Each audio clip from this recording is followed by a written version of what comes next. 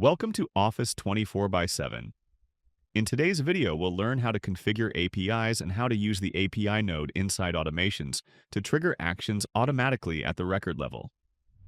Using the API node, you can trigger third-party actions such as calls, SMS, emails, WhatsApp messages, or any external service automatically whenever a specific event occurs.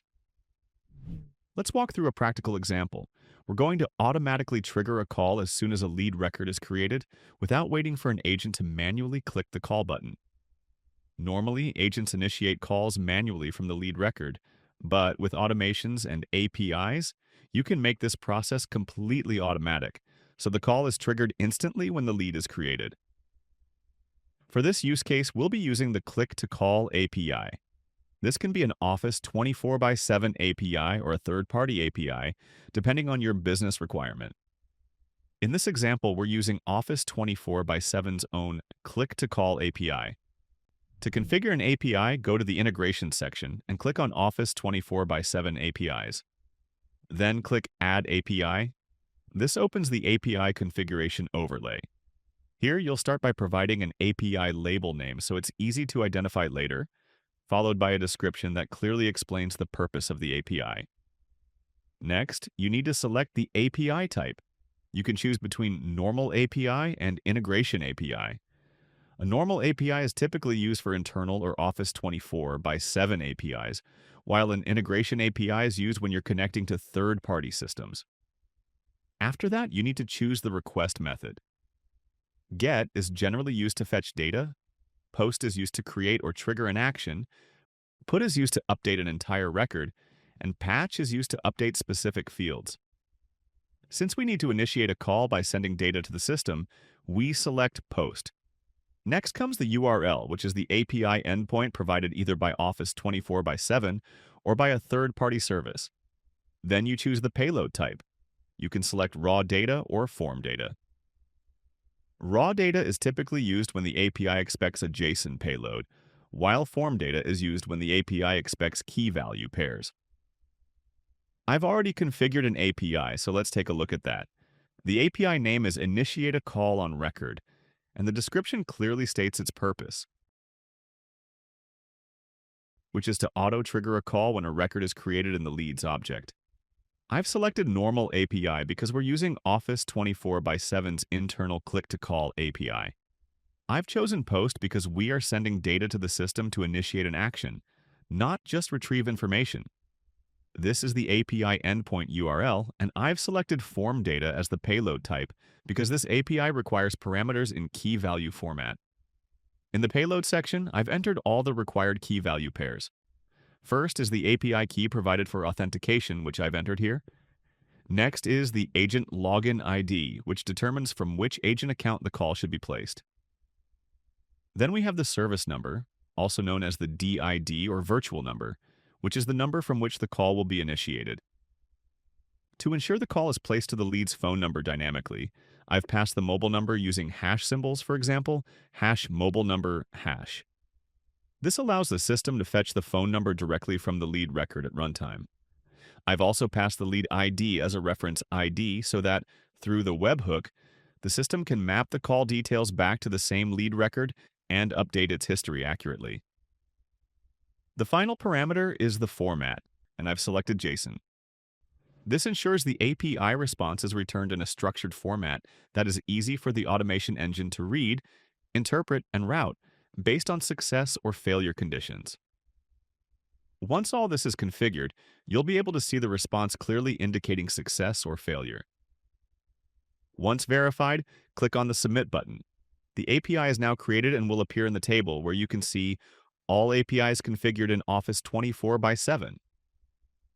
Now that the API is ready, let's see how to use it inside an automation. Navigate to the Automation section. I've already created an automation flow that automatically triggers a call whenever a lead record is created. Since every automation flow requires a trigger, I've chosen the trigger type as FromObject. I've given the flow a clear name and description to indicate that it should run when a lead is created. I selected Dynamic Object as the object type, loaded the leads object, and chose Create as the record type. This ensures the automation is executed every time a new lead record is created. Once the record is created, the next node in the flow is the API node. This node is responsible for fetching the lead's phone number and initiating the call. I've given it a label name and description that clearly explain its purpose. In the API type selection, I chose Normal API. In the Choose API section, I selected the API we just created, Initiate a Call on Record. This API has two dynamic variables, mobile number and lead ID. For the mobile number variable, I map the value from the contact number field in the leads object using open and close parentheses. I do the same for the lead ID by mapping it from the lead ID field. Next, we need to capture the response from the API. For that, we use the Set Variables option. Here, I define a variable key called status and map its value from the API response. Every API returns response codes, such as success or failure, and each of these responses is associated with a unique status code. In this case, I've configured 200 as the success response and 201 as the failure or non-success response. Based on these response codes, the automation flow branches accordingly. Once configured, you'll see two routing paths in the automation flow, one for 200 and one for 201. After receiving the API response, I want to update the call status on the same lead record. For this, I use the Field Update node on both routes. In this node, I select the Leads object and choose the field called Discovery Call Notes. I update this field dynamically using the API response value captured in the variable, referenced as $status. This ensures that whether the call succeeds or fails, the corresponding status is updated directly on the lead record. Once the call process is complete, I want to send a WhatsApp message to the lead automatically. For this, I use the People node and select Customer as the People type. I choose the Leads object and map the contact number from the Contact Number field. After that, I use the Message File node to configure the message.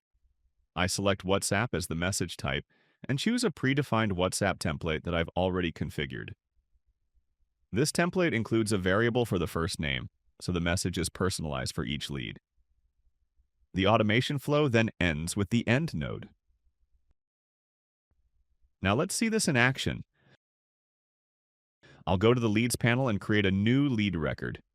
Even though I'm creating the lead manually here, this automation will also execute if a lead is created automatically through other sources like website forms, WhatsApp, or email. I click the Add Record button, enter the mandatory details, set the lead status as new, select the lead source as event, enter the contact number, lead name, and revenue value, and skip the remaining fields since this is just a test record. When I click Submit, the lead record is created. As soon as the lead is created, the automation flow is triggered. The system automatically picks up the contact number and initiates the call. Please wait, we are connecting your call. You can see the call being placed in the agent CTI. The call status initially shows as dialing, and once the lead answers, it changes to talking. For this demonstration, I'll end the call by clicking End and then Wrap Up. Now, let me navigate to the Communication module.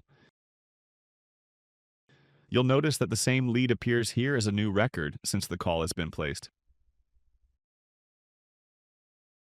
When we move to the Leads panel and open the History tab, you can see that the automation flow has executed successfully and the call was triggered automatically.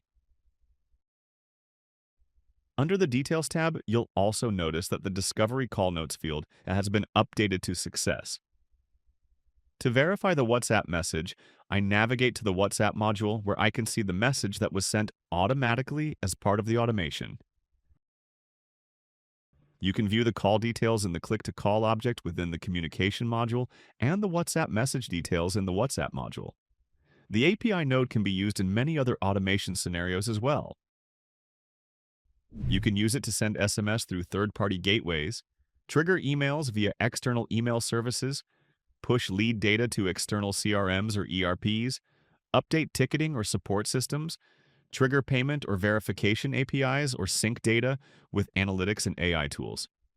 You have complete control over when and how the API should be triggered, whether it's on record creation, record updates, status changes, or any other event. That's it.